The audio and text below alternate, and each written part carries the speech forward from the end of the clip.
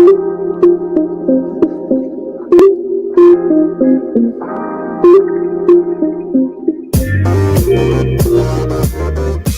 to the Wolverine Digest podcast, the best spot for objective and authentic coverage of Michigan athletics. If you want open dialogue, honest opinions, and in-depth coverage of the maize and blue, this is the podcast for you.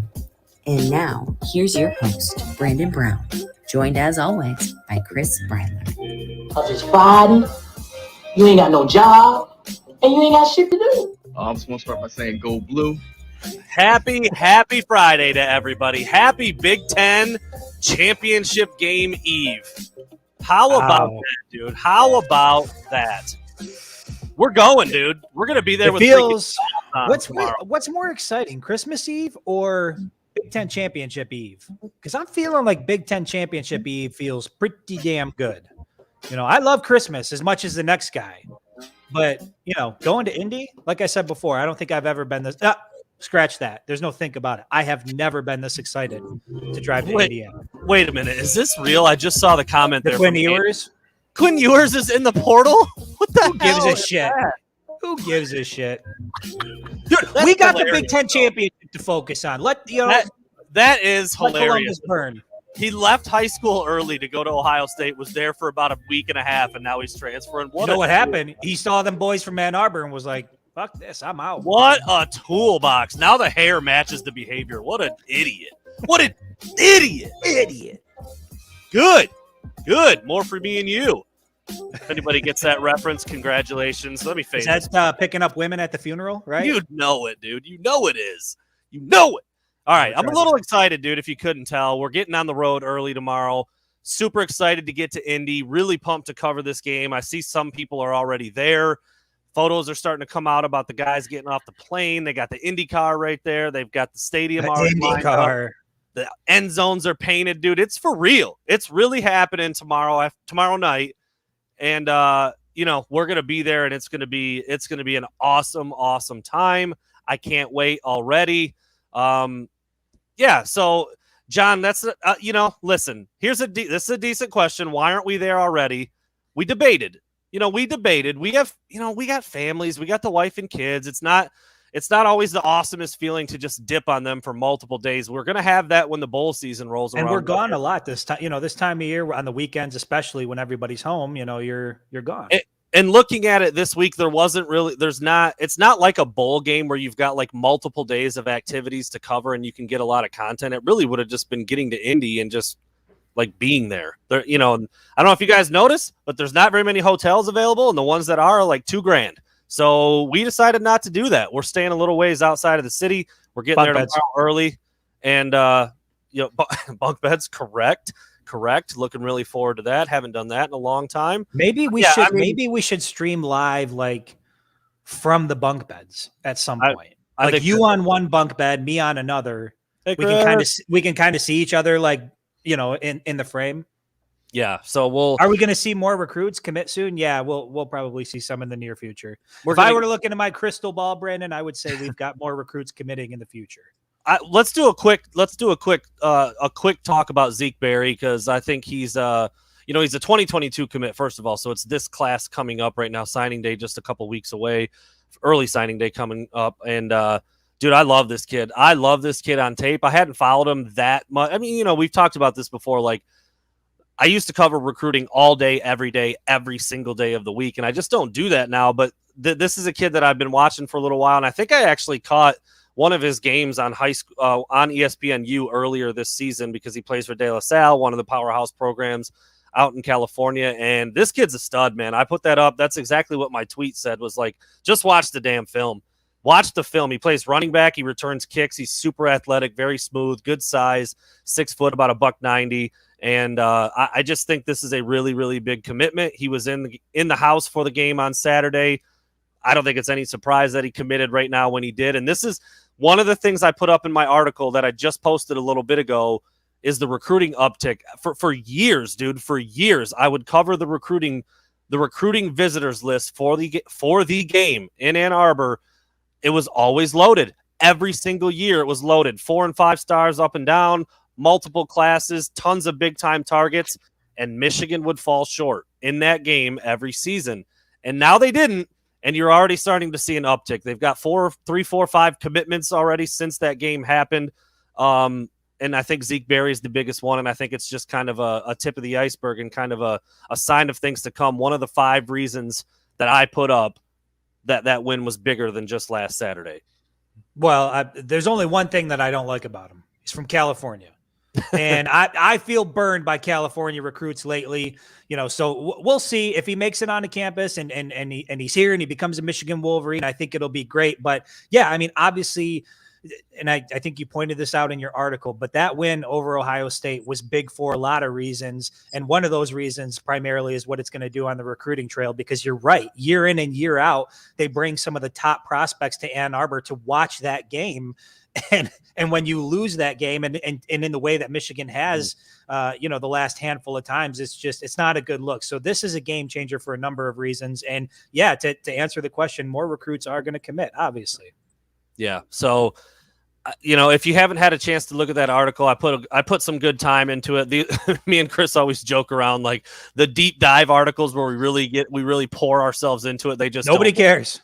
Blow it up and give me some love over there. I will spend like 4 hours doing like a deep dive into mathematics. I'll be calling Brandon. I'll be like freaking out. I'm like, did I do the division right here? Trying to get the numbers right. I'll put it out and it'll be crickets. Nobody gives a shit. So like, but if I put something out salacious, like Urban Meyer in a bar, kind of feeling up some women, it's like, it goes crazy. So anyway, if you didn't see it, the 5 things that I had on there were the recruiting uptick, changing the narrative just in general, all the stuff. I think I mentioned this before. Rico Beard. I know a lot of Michigan fans can't stand the guy, but he's a friend of mine. He's a good dude. He's smart. He knows what he's talking about. He texted me right after the game and said, can't use these jokes anymore. Michigan on their way to Indy. Congrats on the win. Go have fun. It's a great time. I mean, that it changes everything that you can say about Jim Harbaugh. So that was another one. Jim Harbaugh's own personal mental well-being. I mean, I've seen that guy look defeated multiple times throughout his career. And it couldn't have been further from that on Saturday, the things he was saying, the way he must be feeling right now. And then the coaching continuity. And then the last one was, I can't even remember the 5th one. Anybody remember? Anybody out there that read my article? Somebody out there remember? Shout out to Brad McIntosh. Brad just touched down in Indy for the game. Look at this. We got fans they're tuning in from Indy. From Indy. Yeah. From Indy. And you know why they're in Indy, Brandon? For the Big Ten championship. The last one was the transfers. We talked about it as recently as April of this year, how Michigan was at the top of the Big Ten in transfer numbers. And that was because of that broken culture that we had been talking about. We caught some flack for it. I know I certainly caught some flack for it. It was made out like I was just bashing the program. But from everything I had heard up through last season, there was a problem. And it was validated when Jim Harbaugh damn near fired his whole staff and brought in a bunch of new guys. And now it is certainly fixed. And you can see it was also validated when. Are you chopping up or am I chopping up? It was for a second. I think it should be good now. Are we back now? And, well, it was also validated when Aiden Hutchinson specifically said there was something wrong with the culture. I mean, I think he said that word for word at Big Ten Media Days and referenced back to, 2018, 2019, like there wasn't right in the locker room. And he said that. So, you're going to take flack when you say things like that, but reality is reality. And when the guys come out and admit it, and obviously the changes that Jim Harbaugh needed to make or made to his staff reinforce that. And now you see the results of when you have a good culture in your locker room. I mean, again, it goes back to the fact that Michigan has never struggled for talent. They always get talented guys. But if your culture is off and you don't have the right pieces in place, it's going to look like what it looked in 2020 and the subsequent years or previous years, I should say. Yeah. So there you go. Lots of stuff that we could continue to talk about. We're going to throw up an opponent preview. I know our last one went over so well with the guy, Brendan, who covers Ohio State. Boo! Hopefully you guys are super excited about. They hated him so much. I think Blake Corum's dad ducked out for life. He's just like, I can't do it anymore. So I really liked the way that John Bonenkamp talked about Iowa. That's who's about to join us. We recorded yesterday, a little shorter, by the way, too, than the Ohio State gentleman. So you don't have to sit through it as long. I know people are like, get him out of here. Heard enough from this guy. His is about 14 or 15 minutes, so it's not too bad. But you tell me, we're going to talk about this when we come back. basically everything, and I talked to him about this after we turned it off. Basically everything he talks about and all the things he points out and all the things he says that are kind of issues and what Iowa's good at and what they're not, what Michigan's good at, what they're not, went into my prediction, which is not a very close game and Michigan winning. And then at the end, he somehow picked Iowa to win. So you be the judge of what I'm talking about here. This is John Bonenkamp from the Iowa website talking about the Hawkeyes and going into a deep breakdown of what exactly Michigan is going to see tomorrow night in Indianapolis. I am now very excited to welcome in our guest for today, John Bonenkamp, who has been covering Iowa football full-time for about 7 or 8 years. Going to give us the skinny on the Hawkeyes. I would expect a lot of Michigan fans to probably not know a ton about Iowa. I feel like I don't. I don't know if it's just been throughout the course of the season. I haven't been able to catch them very much, but John's going to fill us in. So, John, thanks so much for joining me today, man. I appreciate it. No problem. How you doing? I'm doing really good, and I'm really excited about this Saturday. I'm sure Iowa fans and Iowa media people are as well. I want to get right into that, man. Iowa started off the season at 6-0, then they lost 2, and then they won 4 in a row. I mean, they climbed up to number 2 in the country at one point, and they've won and looked really, really impressive at times. And then you have a couple of those little hiccups in the middle of the season. So I guess I just wonder, now that the losses were quite a while ago, and they've got this 4-game winning streak under their belt right now, heading into the Big Ten title game.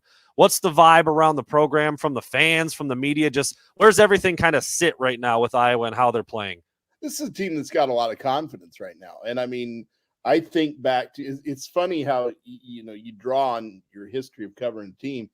And the first 6 games felt like the 2015 season when they went undefeated through the regular season, reached the Big Ten championship game, lost to Michigan State. The next 2 felt like the season before, 2014, when everything kind of fell apart at the end of the year, and there was a lot of questions about the quarterback and everything like that. And then they come back and they win the last 4 games of the year. It's just been a weird feeling. It's just been a weird season all the way around. But here they are. They're 10-2. They're West Division champions, and they're playing in Indianapolis. And it's funny because if you would have told Iowa fans at the beginning of the year, hey, they're going to be 10-2 and playing the Big Ten championship game, they would have been like, sign us up. And I think back to those 2 losses, and they were wanting people fired. They were wanting quarterback change. They were wanting this and they were wanting that. And it's like, and now, there's still some grumbling about who's going to start at quarterback on Saturday and all that. And it's been a funny season. And I want to tell a lot of these people, just enjoy the ride. This doesn't happen very often. And just enjoy where they're at right now and realize what they did to get here. Well, it happens even less for Michigan as of late anyway. And it's funny that so you mean to tell me that those thoughts aren't just a Michigan fan base issue? The whole Oh no. I mean, there are times when I'll be reading Twitter in games when they're winning, and I just keep thinking to the Jack Nicholson line from A Few Good Men when he goes, "You friggin' people." And that's the way I am. I'm like, come on, you guys. It's like, yeah. I mean, just like the game against Nebraska last week. I mean, they're down 21-6. You knew Nebraska was going to Nebraska at some point. And you knew that, and everybody was screaming about, they changed quarterbacks at halftime and this and that. No, everything's, the worst thing in the world. And then somehow or another, at the end of the day, they win 28-21. And I'm like, have you not figured out this team figures out a way to win games that they shouldn't win? And it's like, and you just sit there and you just, sometimes it gets a little exhausting at times on social media. There's no doubt. And I'm probably guilty of it at times myself. I mean, I know when Michigan lost to Michigan State and that was Jim Harbaugh falling to 3-4 against the Spartans and 0-2 against Mel Tucker. It's just like, we've seen this movie before, but kind of like Iowa. They rally. They don't lose again the rest of the way. They handle Ohio State last week, and now here we are for this matchup on Saturday. I want to go big picture first before we really come back and talk specifically about the ins and outs of this game. Kirk Ferentz, man, he's been there forever. He's just steady Eddie, not super flashy, but a classy dude. Everybody seems to have a very high opinion of him. But he doesn't have a Big Ten title since they shared one with Michigan in 2004, which I was actually kind of surprised to see that. Again, haven't really looked that closely at it. He's been there so long, and he's been, I think, good close to great a handful of times. What are the thoughts on Kirk Ferentz as he's coming up on year 20? What is it, 22? Yeah, 20, 23. something. This is 23. Yeah. And I mean, I think the true fans really appreciate him and what he's done. Mm-hmm. And I mean, like you said, there's a longevity thing there. And I mean, other than there were the rumored flirtations with the NFL back in 2008 and in that general range, 2004, 2008. He's never looked at other jobs. He's stayed there, and then they've won. They've consistently won, consistently gone to bowl games. There was, the deal last summer in the summer of 2020 with, the allegations of racial disparities within the program. And he weathered that. I mean, he realized, okay, some things have to change around here. They had, that this has to be different. We have to do things differently. And you saw last year, I mean, they lost their first 2 games, then won their last 6.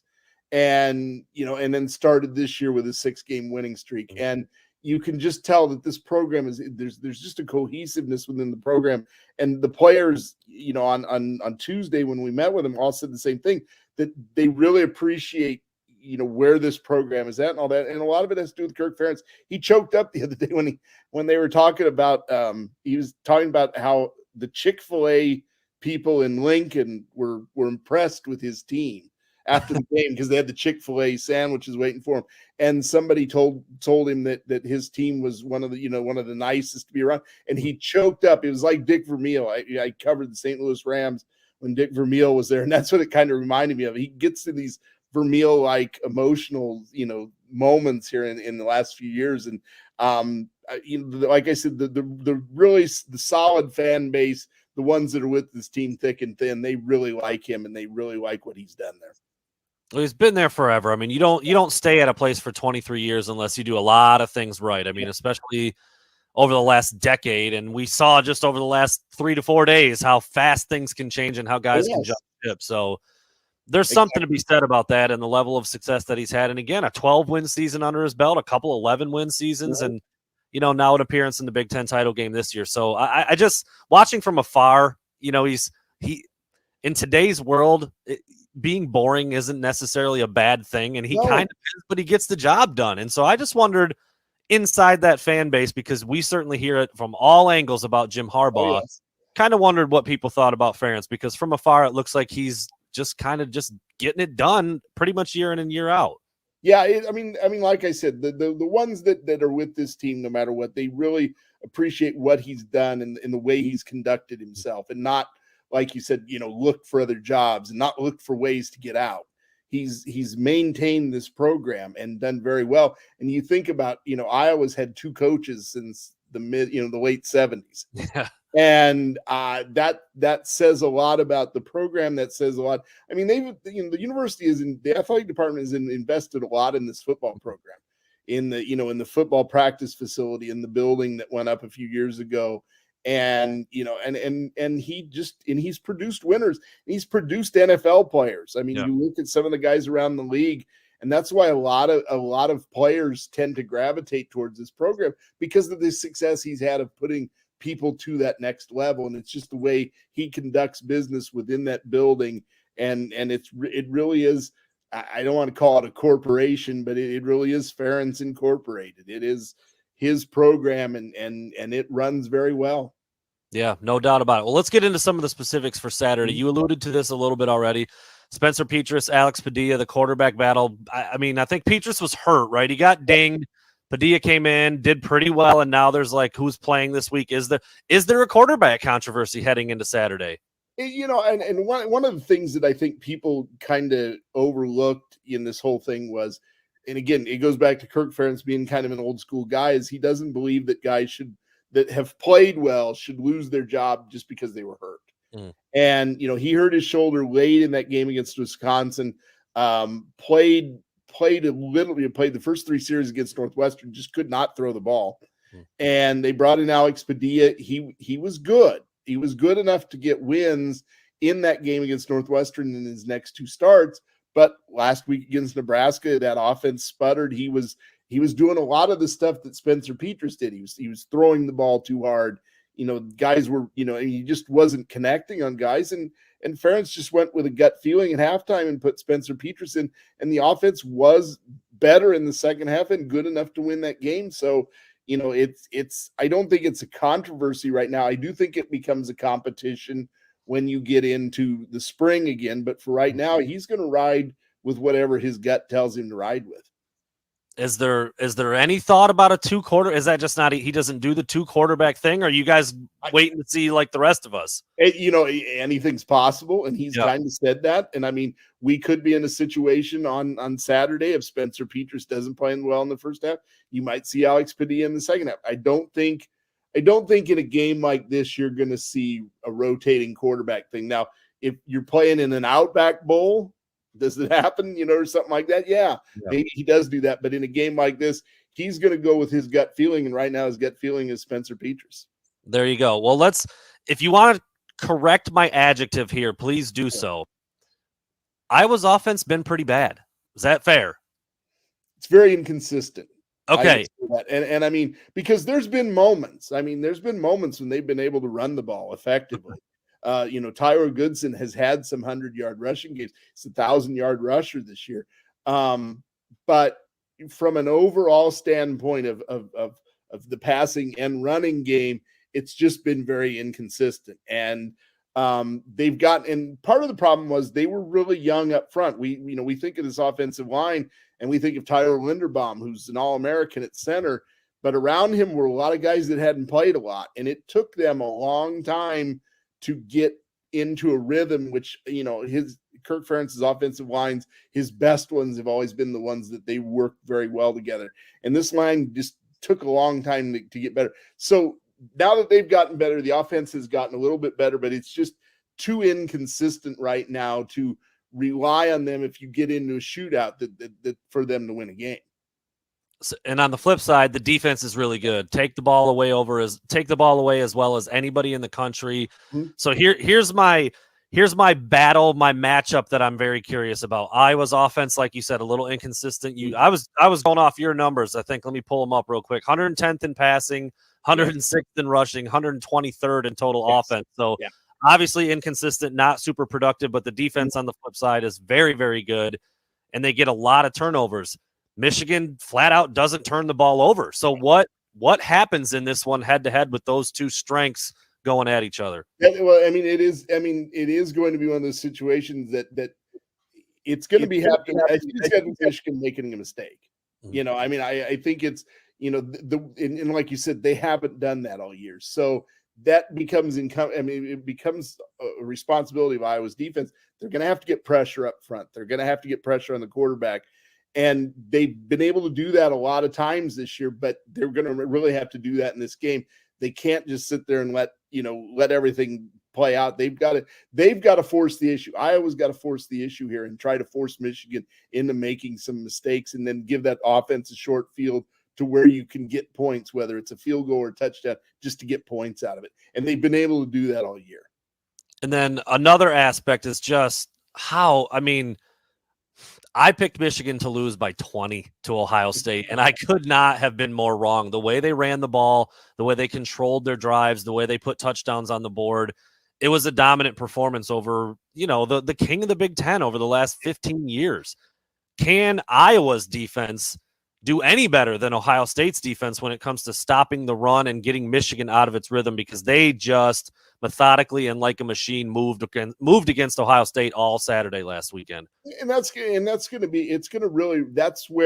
it's going to rest a little bit on what does Phil Parker come up with in terms of blitzing, in terms of disguising coverages, on passing downs. And, it's going to be, they were only going to have a week to prepare for this game. So there isn't a lot of time. And so it's just going to be a matter of, can they come up with things to disrupt Michigan's offense? Again, if you can't do it, you're not going to win this game, no matter, even if you get a couple of picks here and there. You've got to figure out a way to disrupt this offense, to slow them down, and then be able to come up with turnovers, whether it's a fumble or an interception. They get it going on Saturday night between 8 and 8:30, somewhere in that range, in Indianapolis, indoors, so no weather, No weather to speak of. Both teams just going to be able to get after it, nice and climate controlled, all that good stuff. How do you see it going? If you want to make a lot of enemies, go ahead and throw out a prediction of but this is the kind of game where, like you just talked about, if there's a couple bounces in a certain way for either team, you will see what happens. And I've been predicting, and I've predicted Iowa to win, every time this year, because just early in the season, you just kind of felt that rhythm. I think they can win this game. If they win it, it's going to be really close. I was saying 24-22. But if it gets into a shootout, they're going to, if Michigan puts up a lot of points, I don't think they can match it. So it really is going to come down to what Iowa can do offensively. Can they control the ball? Can they keep Michigan's offense off the field?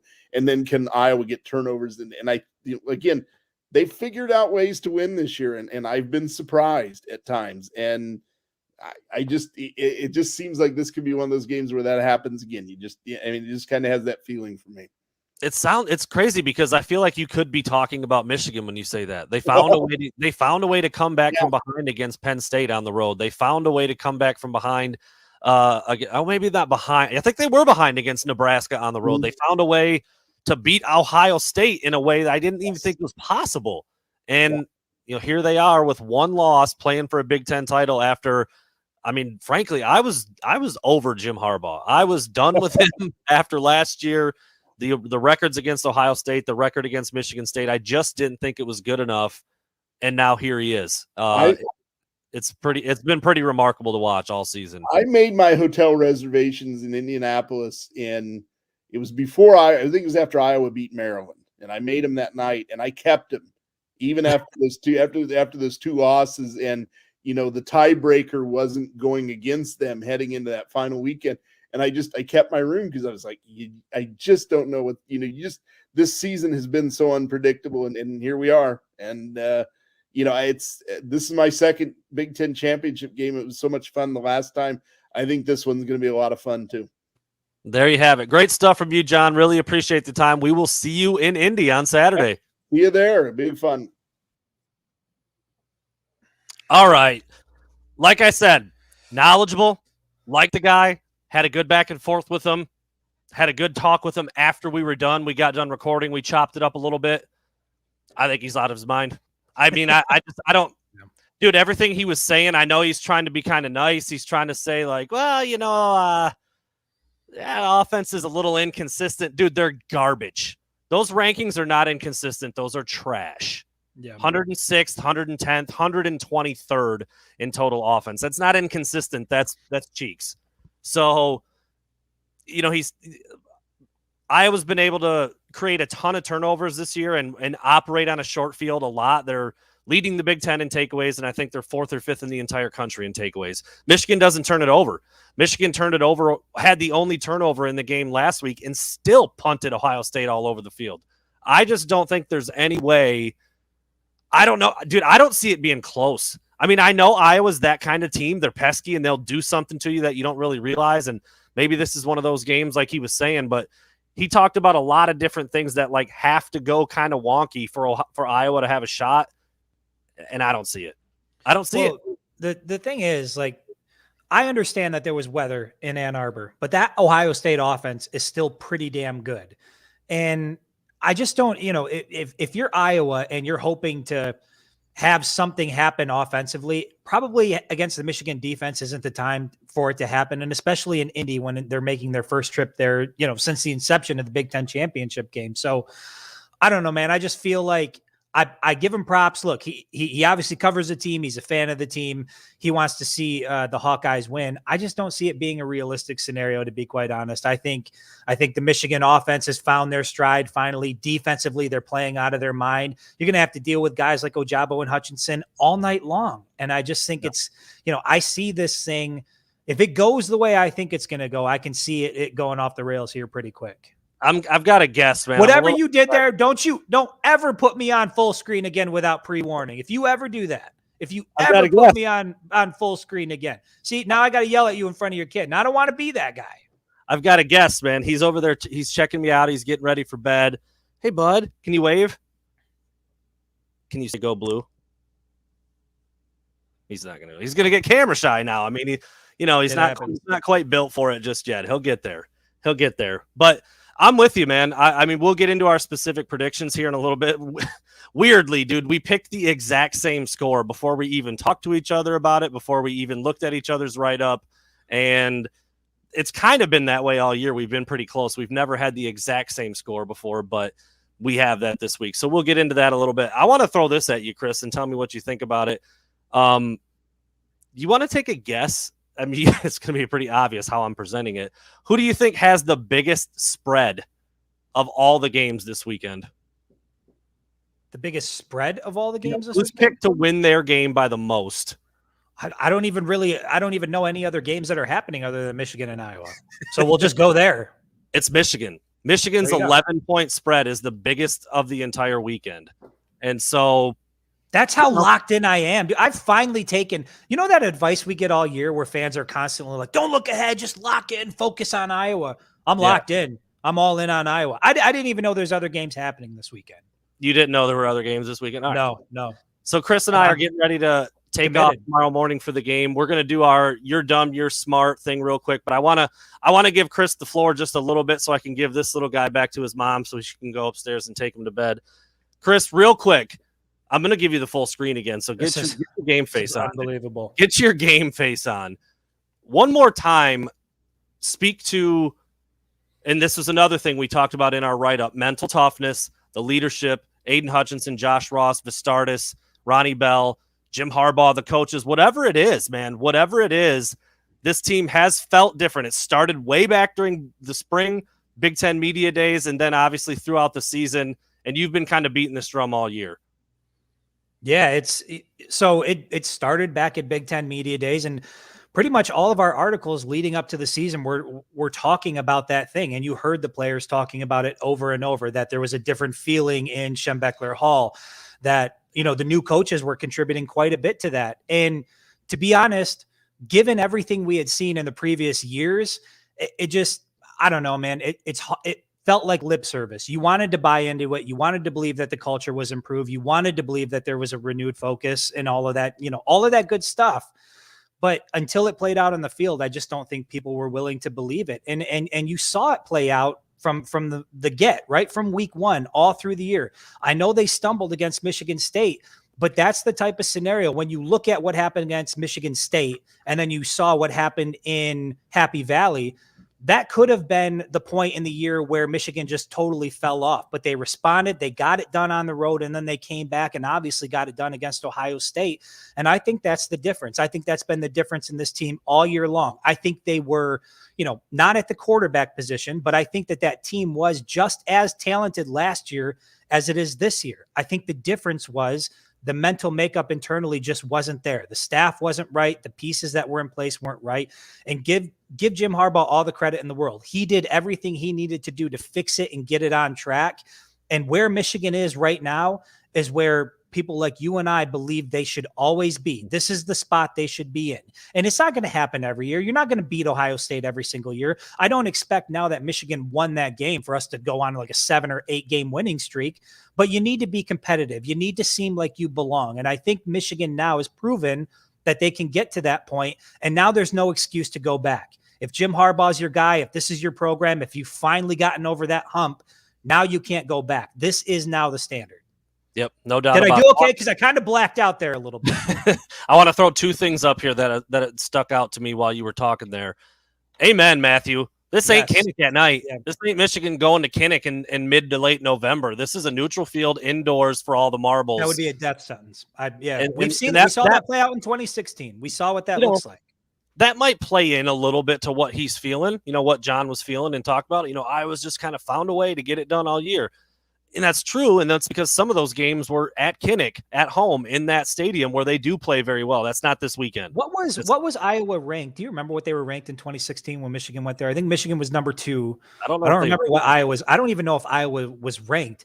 But all night, you just kind of had a feeling that, you know how Kinnick is at night. And so, yeah, I mean, I think it's very fortunate that this game is in Indy, indoors. Michigan's coming off of a big win that I don't think is going to distract them. Quite the opposite. I think it's going to propel them to a level of confidence they haven't experienced in quite some time. And I think this team playing on another level of confidence is just that much more dangerous. And I'm going to take a shot real quick at Clay. I think he's been around quite a bit, so this is all in good fun. But he said, Brandon, pick Michigan to lose. We proved you wrong last week.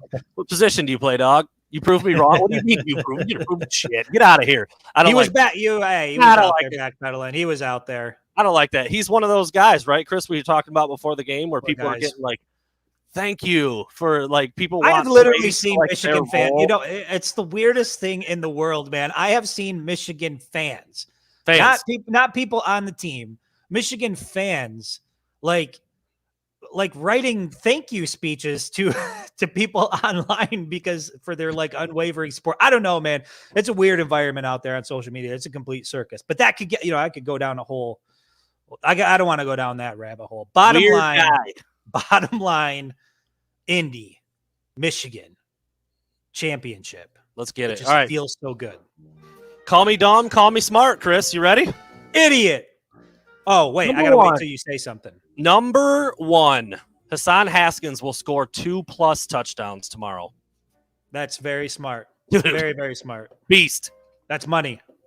Is there? You don't even need to expand on it, really, right? I mean, no. I mean, he's going to score more than 2 touchdowns. I mean, 2+, so at least 2. Well, over 2. Yeah, especially when they get in the red zone, he is such a load. He's good in the open field. He's quicker and faster than I thought he was. But man, when he lowers his shoulder, when he wants to carry people with him, he will carry people with him. I see him getting in the end zone easily over 2 times. Number 2, Cade McNamara will throw for more than 200 yards. Indoors, balanced offense. Josh Gaddis clicking. Smart, because I think you're going to see at least 2 big plays out of the Michigan passing attack on Saturday. So I think if you get, one for 50 here, 1 for 60 there, you can get to 200 pretty quick. That's a smart call. And you know what? I do respect what Kirk Ferentz and that Iowa defense can do. So I think, look, they saw what happened last week. They're going to do everything in their power to limit Michigan's run game because they can't win against Michigan if Michigan operates how they did. But then what are you going to do with Roman Wilson? What are you going to do with AJ Henning? What are you going to do with Cornelius Johnson? What are you going to do? That's why I don't think this game's going to be close. I think this is a bad matchup for Iowa, and I think Michigan's going to handle them. I really do. I really, really just down the board, when you look at the advantages Michigan has, when you look at what Iowa needs to happen to get wins, Michigan doesn't give those opportunities. That's going to lead perfectly into my next point, Chris. Again, indoors, no weather, no wind, no water, nothing. I think Michigan will have 0 or 1 turnover. 0 or 1. I don't think they go more than that. No, smart. I would say smart money. If I had to choose between 0 and 1, I would go 0. I just think they're really good at ball security. And when you look at the type of offense they run, it doesn't really lend itself to, to turnovers. Look at the types of throws Cade McNamara makes, not really forcing the issue, kind of taking what's there, managing the game, but proving that, managing the game can win championships. And so I would say it's smart. Yeah, definitely 1 or less. And I want to throw something up real quick before we get to 4 and 5. John Patrick, my confidence scared you? Bro, it shouldn't. It shouldn't. I call it like I see it. I was wrong as hell last weekend, but that's what I saw. After watching Ohio State boat race Michigan State, I thought that's going to be trouble for Michigan. And I was wrong. I said it this year. I've only been wrong about Michigan 3 times. And once it was I picked them to win, and they didn't against Michigan State. So I don't think my confidence should scare you. I know what I'm talking about. At least I think I do. I like to think that I know what I'm talking about. I don't think Iowa has a good matchup for Michigan. I just don't see it. And the betting number says that as well. Like I said, that's the fattest spread of the weekend. Minus 11 for the Wolverines to win in Indy tomorrow. Number 4, Chris. Number 4. I mean, dude, it's been this way all season, but Aiden Hutchinson and Ojabo both record a sack. Indoors, flying on that fast field on that turf. Yeah. And I was giving up 31 or 33 sacks this season, dude. Just for, on the flip side, like Cade McNamara has been sacked like 5 or 6 times. Yeah, and they don't have a mobile quarterback back there. I don't know. I know Petrus or I don't know who the other. Petrus is not. Padilla is pretty mobile. Okay, so bottom line is those guys are just, you talk about mental toughness and playing on another level. I don't know that any 2 players on the entire roster, exemplify that more than David Ojabo and Aiden Hutchinson. And so I think for sure they're going to get at least 1 each. I think it's going to be another one of those evenings where they're just back there wreaking havoc the entire night, and I would assume that they'll get more than 2 sacks out of it. Yeah, and last but not least, I just touched on it. I mean, it's going to come up when we talk about our prediction. It's actually not close. Michigan's going to cover the spread like they have almost all year. 11 points. I think Michigan covers and wins and hoists that trophy in Indy tomorrow night. As do I. That's really all I can say. We'll get to it when we get to the score predictions. But yeah, they will cover. I'm with you. That's it, man. Man, that sucks. I didn't get to call you. You got to put at least one in there that allows me to call you an idiot. We can't get through an entire segment where it's like, what is it? Oh, wait, hold on a second. Wait, stop the music. Okay. Let me get this straight. So here's what happens. So Brandon comes up with a segment where I get to choose whether or not I call him smart and dumb. And then Brandon chooses the talking points that are obviously smart. So I have to call him smart 5 times and then we end the segment. I'm just not so sure that, we'll have to talk about how that works. Maybe we need to need to reconfigure. He just rattles off 5 good points and I'm like, wow, you're a smart guy. Smart call. Very smart. You've got to call me dumb a few times this year. Not enough. All right. Not enough. Not on here. Yeah. To give the people what they want. So we obviously aren't. Big Ten, big game. Big Ten, big lane. None of it this week because there's only one Big Ten game, and we're going to talk about it a lot at the end. We are going to do a deeper dive on place your bets because there's several ranked versus ranked matchups. We're going to get into all of those towards the end. But first, Chris, it's time for over-unders. Let's get it. Ooh. You can start us first because I just did a lot of talking right there. Go ahead. I will start us off, but I do have a bit of breaking news before we get into the over-unders. A fight. Hold on a second. I want to make sure that I get this correct because I don't want a fight broke out. A fight broke out at the 3-6 Mafia and Bone Thugs and Harmony concert the other night. 2 of my favorite groups growing up. Bone Thugs and Harmony and 3-6 Mafia apparently went at it on stage. So this is breaking news. Even though it happened yesterday, I just found out breaking news. I just wanted to make sure we got that out to the people. I'm assuming everybody's okay. Now we can go back to the over. Wait, are we at the over-unders? Where the hell are we? Yeah, I think I saw that. Did I see that on... Busy Bone started it? Oh. It was between the... busy. It was between the groups?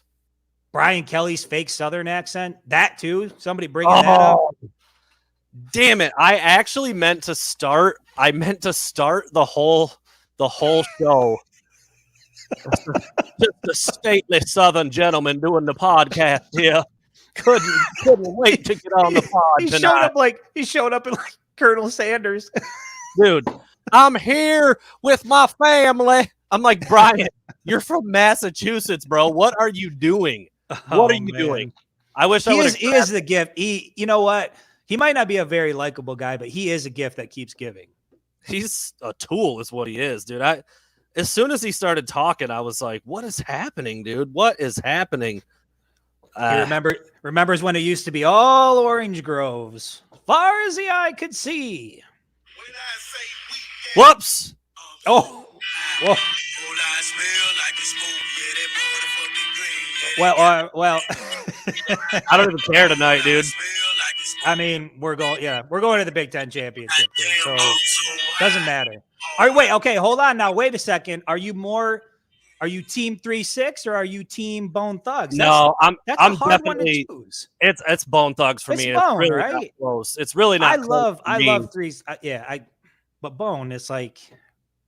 But 3-6 has got a couple bangers that when you get them going. Sipping on some scissor. Isn't that them, right? Oh yeah. So. We have gone off the rails here. It's Friday night, bro. Are people even still here?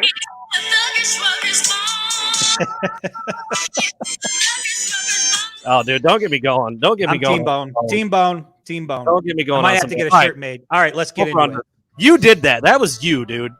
That was my fault. All right, hold on a second here. Let's get to over-unders. Let me pull up my notes. All right, Brandon. We talked about how good the Michigan offense is, but I want to talk about the Michigan defense. We brought it up last week. Obviously, Michigan took care of business, but I want to know on the defensive side takeaways. I've got Michigan set at 1.5 takeaways, whether it's strip sack, fumble, interception, 1.5. I'm going to take the over. I'm going to take the over because of what you just said. The strip sack fumble from either Aiden or David Ojabo, who's had a knack for that all year. Spencer Petras is not a mobile guy. He's going to be back there. The rushers know exactly where to get to it. They know exactly where he's going to be. And I do think that there's a chance that the pressure causes an errant throw, or maybe those DBs step in front of something. So yeah, I do think that Michigan potentially wins the turnover battle, which is that's a recipe for disaster for Iowa. They can't even keep the game close if that happens. I'll take the over. We need your mic, dude. We need your mic. Jeez. Something that first song I played, right?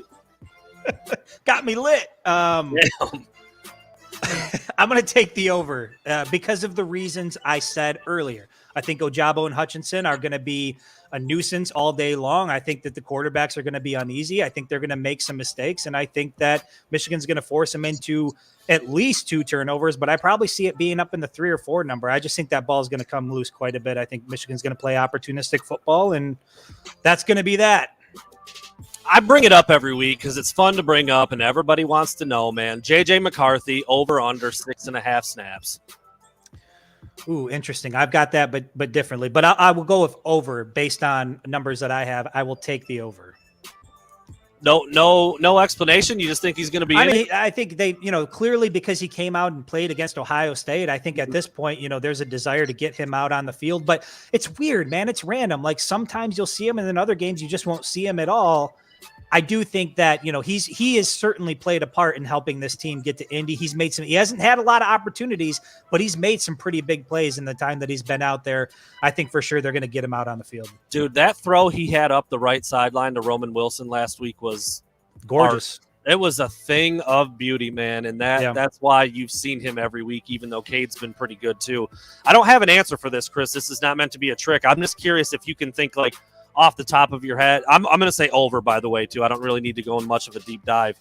Do you know, besides garbage points, but besides garbage time, because we've seen JJ play quite a bit at the end of some of the early games this year. Yep. Do you have any guess off the top of your head? What's the most snaps he's played in a row?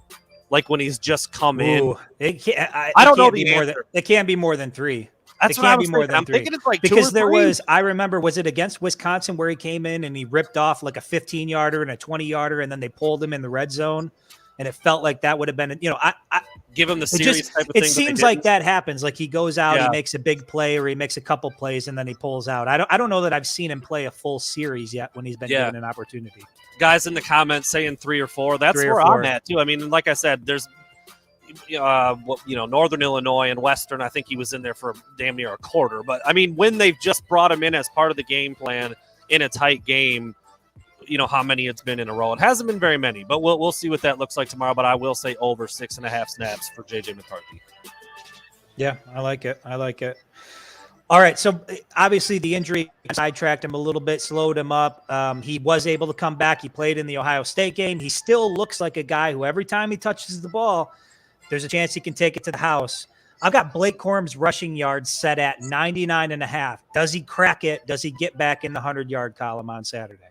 I think under. I think it's just going to be too much Hassan Haskins. I mean, look, Blake Corum comes in and rips off a 55-yarder against Ohio State. I mean, if he does that or more against Iowa, he could get more than halfway there with one snap. But I just think unless there's a drastic shift in how much he's being used versus Hassan Haskins from what we've seen over the last couple weeks, I don't think he's going to get that number. I don't. I mean, if he's in there and like you just said, we see him get real close to breaking it just about every time he carries it because he has a knack for getting through that first level, then maybe. But I would, if I was putting money on it, I would say under 99.5 for Blake Corum.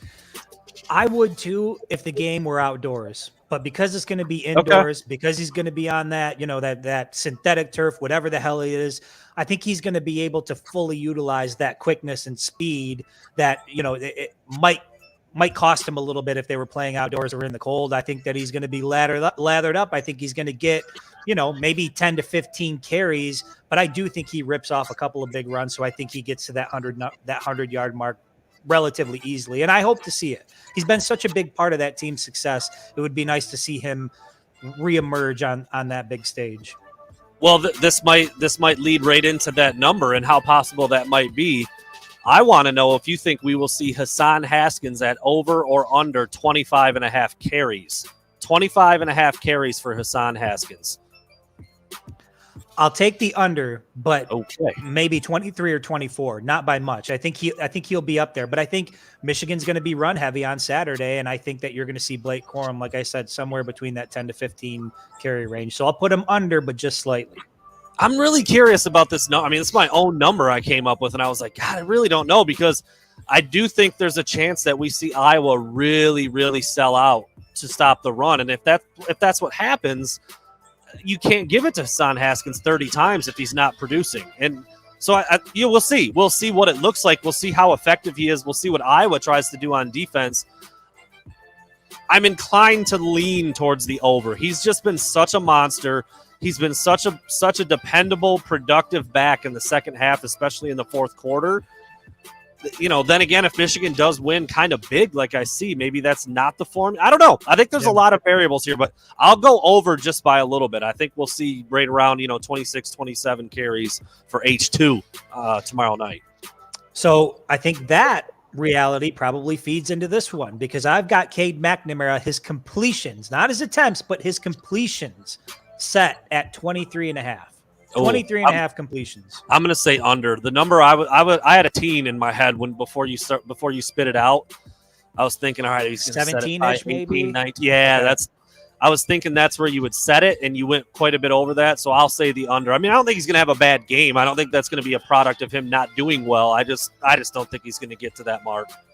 Yeah, and the thing is, like, I see a lot of the shovel passes, maybe the quick slants. If they get into that where they're starting to move that ball or move the ball that way, you can get up to 23.5 or 24 pretty quick. But I'm still going to say under, because I do think it's going to be so run heavy. And look, Ohio State, they knew that Michigan was going to run the ball, and they just couldn't do a damn thing about it. And so until somebody proves they can stop Michigan, I think they're going to do it a lot. And I'm not so sure that the Iowa Hawkeyes can stop the Michigan rushing attack. We haven't seen really anybody do it yet. It's true. A couple defenses have kept them in check.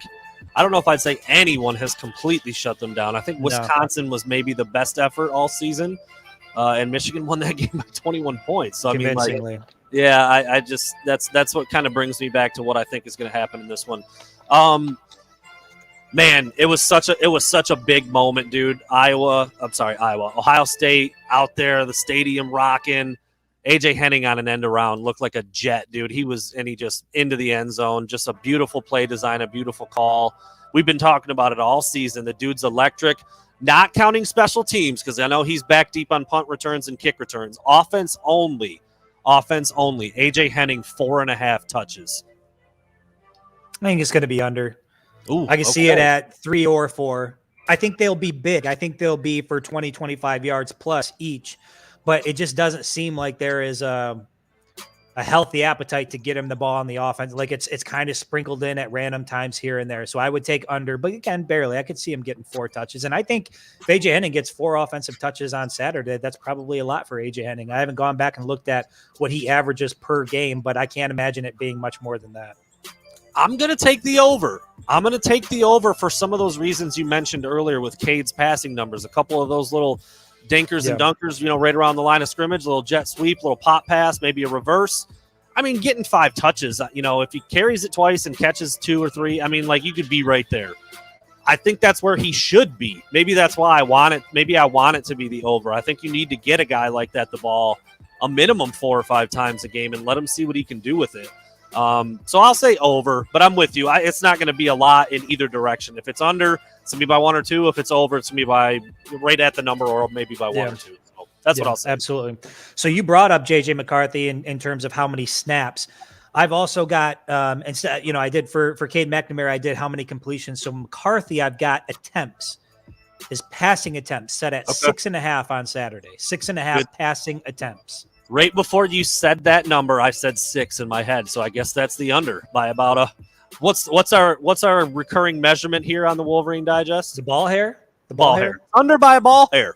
So I'll say under. Singular ball hair. So I think he comes in. I think he throws it around a little bit, not a lot. Like we've seen all season. Did I say I think? I'm Brian Kelly, dude. I don't know. Me thinks he throws it around a lot on Saturday. Me thinks. What accent would that be? I like doing accents. Irish, right? Isn't that Irish? Me thinks. Me thinks it's going to be under 6. Ireland. I don't know. Whatever. I don't even know what the hell that accent was that I rolled an R. I think there was a tilde in there. I don't know what's happening. I will also take the under on 6.5. I'll take the under, but I could see it being at 5 or 6. Usually when he comes in, he's, it's good for a couple of read options there. He's going to turn around and hand off the ball, and then they're probably going to let him throw it a handful of times. So, yeah, I'll say under, unless this thing gets out of control. Unless it gets out of control. That's always good. That's always good when you do an accent and you have one guy say Scottish and the next guy says Middle Eastern. Middle East. I mean, that's the rolling hills in the Middle East. That's a pretty wide range there. I'm not sure what I was doing. It wasn't very big. It wasn't a very big sample size. I actually pride myself on my ability to do accents, but if I'm giving off a Scottish, Middle Eastern, kind of thing at the same time, might need to take that one back to the drawing board. All right. This is a big number, but I think against a team like Iowa, it's achievable. So I think you know where I'm going to go with it. Let me hear what you have, Chris. Michigan over under 5.5 sacks for the whole team. It's a big number. I'm going to go under. Okay. I'll put them right at 5, which would be a lot on Saturday. I mean, if they walk away with 5 sacks, then you probably got a bunch of QB hurries in there. There's probably going to be a strip sack tucked in there. I'll go under, but I'll say right at 5. I'm going to say over because of what I see the game playing, because of how I see the game playing out. If I was down, they're going to have to throw it, and Michigan's going to know that they're going to have to throw it, and that's going to give Aiden Hutchinson and David Ojabo and some of those blitzing safeties. And I mean, Mike McDonald has done a really good job using the safeties here and there. I know Dax Hill has a sack or 2 on the season, as does R.J. Moten. Vincent Gray's got one. I mean, he's used a lot of guys to get back there. It's not just Aiden Hutchinson and David Ojabo, although they're obviously the main guys on the scouting report. I think they will get over, and I think if they do that, I think Michigan's just doing whatever they want. And that's kind of what I think could happen. That's the way my score looks. So I'll say over 5.5. All right. Did that finish you up there? Or I started, right? I got one more. Here we go. This will be my final one, Brandon Brown. I've got Hassan Haskins. He's obviously been on a tear lately. Rushing touchdowns set at 3.5. Over under 3.5. Rushing touchdowns for Hassan Haskins on Saturday. I'm going to say over. That's just a lot. I mean, I know what he did against Ohio State. I watched it, and I was blown away by it, and it was the first time it ever happened against the Buckeyes by somebody in a winged helmet. I get all of that. But that's a lot, dude. If you start talking about like 10 touchdowns in a 2-game stretch, like it's just rare. I mean, dude, if they do that, then the score is going to be worse than my prediction, which may happen. Dude, it freaking might happen. He might bust off 4 or 5 touchdowns again. But I'll say under. I will say under. You know what? I'm going over. I put him right at 4 TDs on Saturday night because I think Michigan's going to have a lot of red zone opportunities. I don't think they're going to be big, explosive runs that go for touchdowns. But if you get at the 2 or 3 yard line, you're obviously going to want to turn around and give the ball to Hassan Haskins and let him do what he does. I've got him set at 4 touchdowns on Saturday, so I take the over. Is John Patrick taking a shot at us right now? What's that? We act lame. Is he talking to us? Lame? Aim? I don't know. Late me? First of all, you can't type. Second of all, you have an airplane for your profile picture. Get out of here. My last one. Iowa. And this, again, I do think this is the most important storyline in the game because Iowa needs turnovers to succeed and Michigan doesn't turn the ball over. But on the flip side, Iowa, 1.5 turnovers for them. Let me just be clear that Brandon Brown took issue with the airplane. I like aviation profile pictures. I have no issue with it. That's Brandon's issue. Okay. I respect the aviation game. My son want to make that too. He's 2. I mean, I'm going to put a bulldozer up for my Twitter picture tomorrow. I mean, what are we doing here? What was the question? Iowa, 1.5 turnovers. I'm going to go over because that wasn't that. I said takeaways at 1.5. That was my first question, right? Oh, I guess that would be the same thing, wouldn't it? Same question. So I will go over. I will go over. As per the first question, I shall stay with over. The airplane threw me off, bro. The airplane threw me off.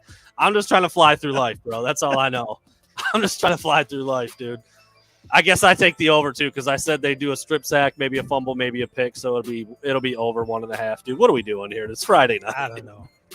I'm about to be posted up in a Power Wheel in mine. Batmobile. Plain profile pics are late me. Oh no! See, look, hey, I respect. I just want to make it clear. I respect aviation. I am not going to get canceled over aviation hatred. Not me, dude. Not this guy. Canceled over aviation? Give me a break. Oh, Brandon, we've got so much to talk about. We've lost cabin pressure. This is what happens. This is what happens. That's a good one. All I've got is water in here, dude. That's it. I'm straight Mountain Dew. I'm not even diesel. I'm diet. Mountain Doofus over there, bro. I think you busted that out on me. I do got some pizza grease on my fingers too. So oh boy. It's been a very healthy day over here for me. Last but certainly not least. Look at John Patrick. Move on. See, hey, John, I got you. Hey, I got you, John. Lay off my boy, John. Let my boy live. Your mom likes the shirt, bro. Good vibes only this weekend, man. Good vibes only. Yeah, I've been known to stir a pot or two in my day, Armand. Thanks for throwing that. I don't do it intentionally. I got a smart mouth. I was a really small kid growing up, so I had to talk shit because I couldn't throw these hands. It is what it is, man. I perfected my craft. Anyway, place your bets, Chris. You ready for me to throw a few of these at you? We're going to make the guys a lot of money. Don't really bet like what we're saying because we don't know what we're talking about. But let's do it. We're going to talk about some of these things, and we're going to see what we can figure out. And obviously it's championship weekend. There's a ton of really good games, including one that starts tonight at 9 o'clock. 8 o'clock. So starting right now. Pac-12. Number 10, Oregon versus number 17, Utah. Utah is favored by 3. They just won this game like a week or two ago, right. But it was in Utah. It was in Utah. Yeah. Yeah, see, I'm going to go with the Ducks. I'm going to go with the Ducks to cover, right? What was the spread? 3. Yeah, I'll go with the Ducks. I mean, I see. It's the same reason I didn't want Michigan to have to play Wisconsin again in the Big Ten championship game. I just don't like the idea of playing the same team twice and expecting the same results. So, Dudley Dawson. Dudley, I'm not. Chris may be. I don't know. I'm not. I'm high on life, bro. You just mind your own damn business over there. I'm high on life, Dudley. I think I'm going to go with the Utes. I mean, it was so convincing, and it's only been a week or two. It's not like they played 10 weeks ago and you had an outcome to look at. It was like just the other day. So I'm going to go with the Utes, man. I think they've got it figured out. It's a neutral site game. Obviously, it's not in the mountains of Utah, but I'll go with the Utes to cover that one. Next one up, Chris, Baylor, and this one has some ramifications on what Michigan might face should they win against Iowa. Number 9 Baylor versus number 5 Oklahoma State at noon. Oklahoma State is favored by 6 points. Oklahoma State is favored by 6. Baylor beat Oklahoma State earlier this year, but it was a long time ago. Again, I'll take OK State. They've gotten better as the season's progressed, and once again, they've already played. I just like OK State in this one. If Oklahoma State wins that game and they cover like you just picked them to do, they're going to jump Cincinnati. That's what a lot of people think. Well. And so, we'll have to see what that does, but that could affect who Michigan plays in that 2-3 matchups if that's where Michigan ends up. I know they got to take care of business tomorrow. That's one scenario that could end up happening. I think Oklahoma State is going to win, but I think it's going to be by less than 6. Less than 6. All right. So if I was putting money on it, it would be on Baylor. Oklahoma State is not the Oklahoma State that used to throw it around 1,000 times and just let everybody score. They've got a good defense. They run the ball, so I can see a close game there. And I think Oklahoma State gets the job done and beats Baylor by maybe a field goal or even 1 point, something pretty close. All right, the only game that technically on paper I think is bigger than Michigan tomorrow. Dude, Georgia, Alabama. I mean, it's 1 versus 3. It's a heavyweight battle. Yeah. This one does have some impact on what Michigan might do if they make the playoff. Number 1, Georgia versus number 3, Alabama at 4 p.m. And Georgia is favored by 6.5 over the Tide. It's a tough one, man. That's a tough one. I think Georgia will win, but I think it will be less than 6. So I'll take Georgia to win, but they're not going to cover. So you'd put the money on Alabama. Put the money on Bama. Bama to cover. That's just such a. It seems wild that Alabama's favored or a touchdown underdog. I mean, I know Georgia's been outstanding and their defense is nasty. I just have a really hard time betting against Bama. So I'm going to take Nick Saban. You know, like Nick Saban, when he's proven. I don't know. He's proven he can get shit done, man. It's hard to bet against those guys. I actually think the same thing you do. I think I think Georgia wins, but maybe not by a touchdown. So I'll put the money on Bama and the points. Number 21, Houston versus number 4, Cincinnati at 4 p.m. Again, another one with implications for Michigan, with Cincy sitting there at number 4. Depending on if they win or lose, they fall out. Somebody else jumps in. Number 21, Houston versus number 4, Cincinnati. Cincinnati is favored by 10.5 points. 10.5. I'll take Houston. I'll take Houston in that one. I think Cincy's going to win it, but I'll take Houston to be within the 10 points. I'm kind of with you. I mean, Cincy's been rolling teams all year, but yeah, lately it's different now. It's different now. Like the last 3 to 4 weeks, they haven't been rolling as many teams, and Houston's pretty good. They're explosive. They got some speed. I think Cincy wins, but it's probably a closer game than that 10.5 point spread says. ACC championship, number 15 Pitt against number 16 Wake Forest, 8 p.m. Pitt is favored by 3.5. Give me Wake Forest. Give me Wake Forest to win it outright. Luigi Villain, Christian Turner's out there. We got some of the former Wolverines out there doing their thing. I think they're having, they put together a hell of a season. Give me Wake Forest outright. I'm actually going to take Pitt to cover. I think Kenny Pickett's a pretty good player. Oh, wow. You got a Wake Forest fan here, apparently. I think Kenny Pickett's a pretty good quarterback. I think he's a gamer. I think he steps up. I think Pitt wins by not a lot, but I think they cover that 3.5 number. All right, dude. I couldn't wait to get through those. I don't even care. Like you said, you didn't even know there was another game this weekend. Totally. Other games. Number 2. Oh, that's a good point. Kyle just said I can't root for Narduzzi. Yeah, he's a turd. I'm still going with Pitt. All right, number 2, Michigan. Number 13, Iowa in Indy. We'll be there with bells on, 8 p.m. Michigan is favored by 11 points, dude. 11 points. And we both got them covering by double. We do. Double. Chris and I, without talking, without conferring, without talking about any of the matchups or any of the reasons, we both picked the score 38-16. That's a 22-point win by Michigan and a double up on that 11-point number. I think Michigan's going to run away with it, dude. I see it. Yeah, and we've talked about it throughout the show. It's going to be, I think they're going to impose their will on the ground. I think they're going to be able to run the ball at will. And then defensively, anchored by those guys on the edge, they're just playing football at a different level. I think they run away with it. And even in my write-up, when I sent you that blurb earlier today, like there's a lot you can break down, but I think it ultimately boils down to the same thing that I keep saying week after week. It's the mental makeup of this team is different.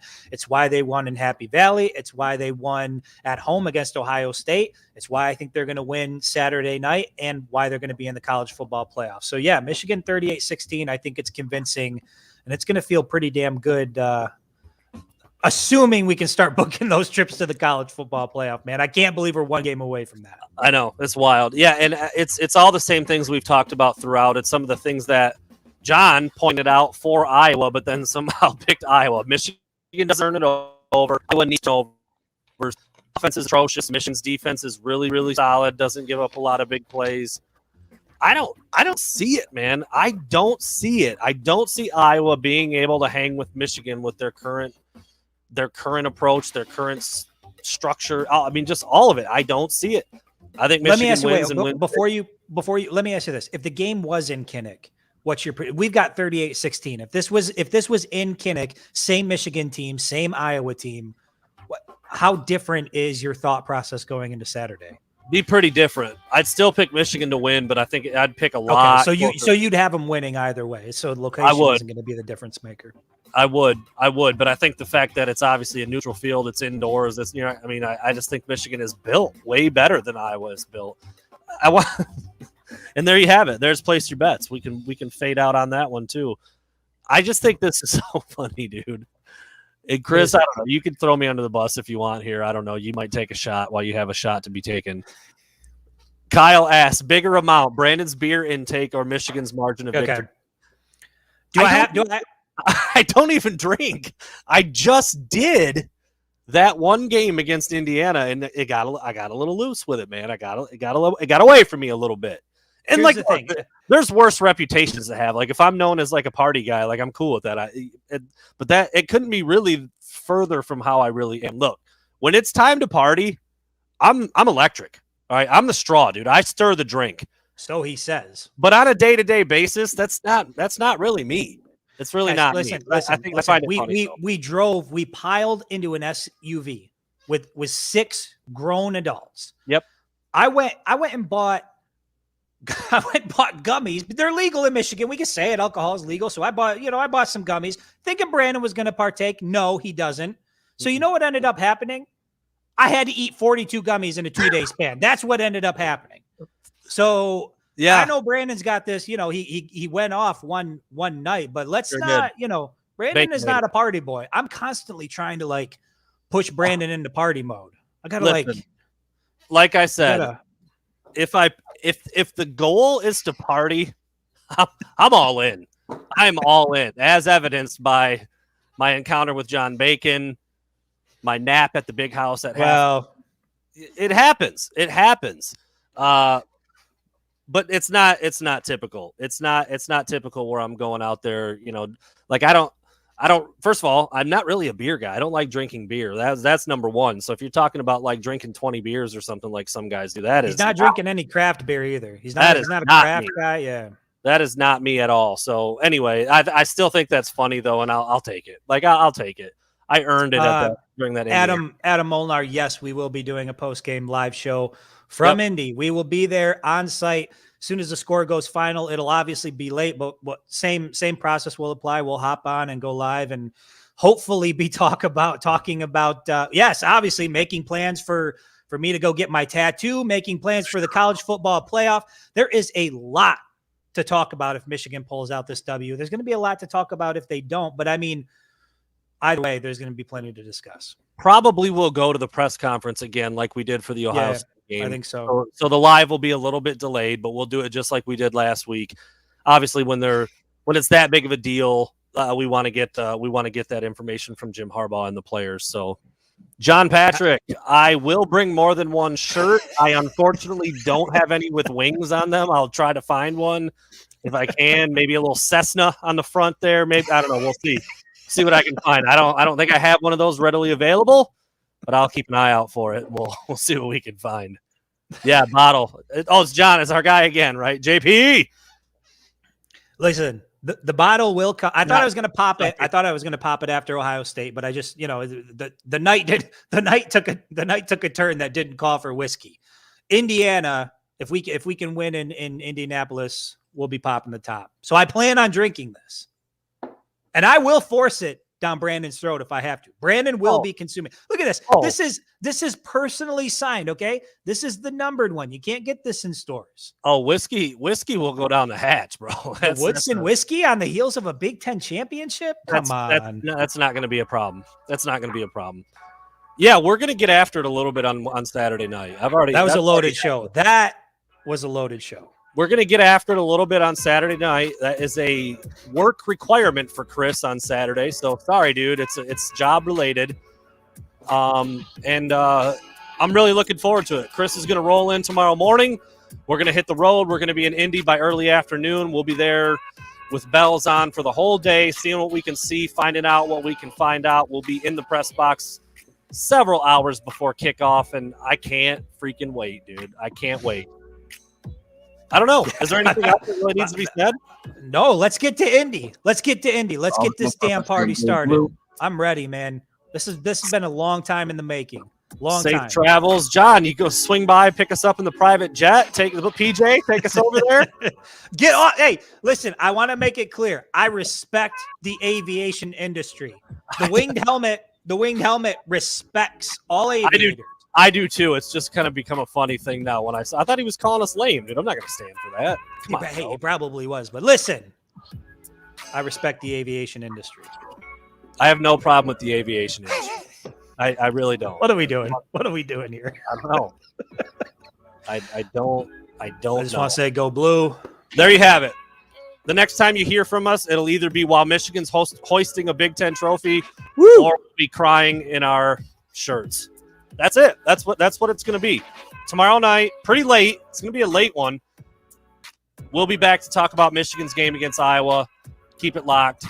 Check out Wolverine Digest. We put up a bunch of good stuff there today. More to come. More in the morning. More throughout the day tomorrow. And then it's kickoff time, baby. You ready, Chris? I'm ready. Let's do it. All right. Thanks for listening, everybody. We'll see you tomorrow night.